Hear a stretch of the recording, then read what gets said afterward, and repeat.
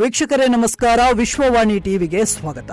ರಾಜ್ಯದಲ್ಲಿ ಉಪಚುನಾವಣೆ ಘೋಷಣೆಯಾದಾಗಿನಿಂದ ಇಂದಿನವರೆಗೂ ಕಾಂಗ್ರೆಸ್ ಪಕ್ಷಕ್ಕೆ ಒಂದರ ಮೇಲೊಂದರಂತೆ ಸಮಸ್ಯೆಗಳು ಹೆಗಲೇರಿದ ಬೇತಾಳದಂತೆ ಕಾಡ್ತಾ ಇವೆ.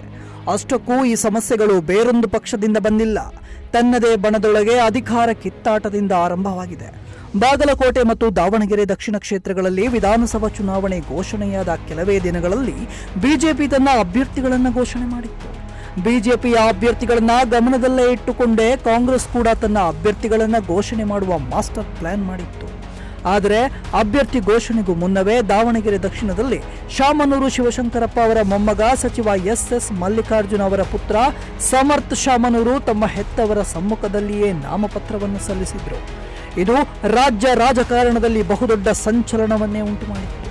ಬಹುಶಃ ಕಾಂಗ್ರೆಸ್ ತನ್ನ ಗುಪ್ತ ಚರ್ಚೆಯಲ್ಲಿ ಮುಸ್ಲಿಂ ಅಭ್ಯರ್ಥಿಗೆ ಟಿಕೆಟ್ ಕೊಡಲು ಸಿದ್ಧತೆ ನಡೆಸಿತ್ತೋ ಏನೋ.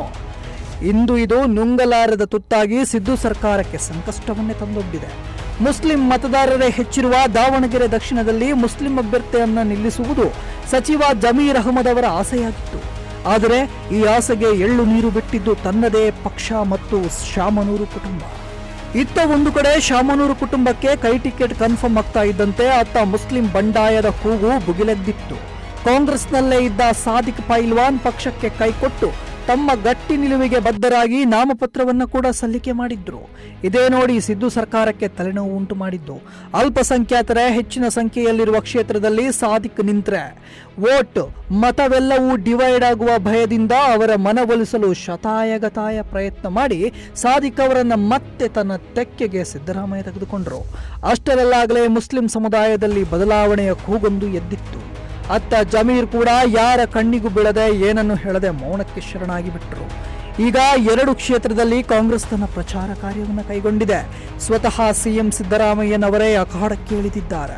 ಪ್ರಚಾರಕ್ಕೆ ಬರಬೇಕಿದ್ದ ಸಚಿವ ಜಮೀರ್ ಅಹಮದ್ ಮುನಿಸಿಕೊಂಡು ಯಾವ ಪ್ರಚಾರಕ್ಕೂ ತಲೆ ಹಾಕದೆ ಕುಳಿತಿದ್ದಾರೆ.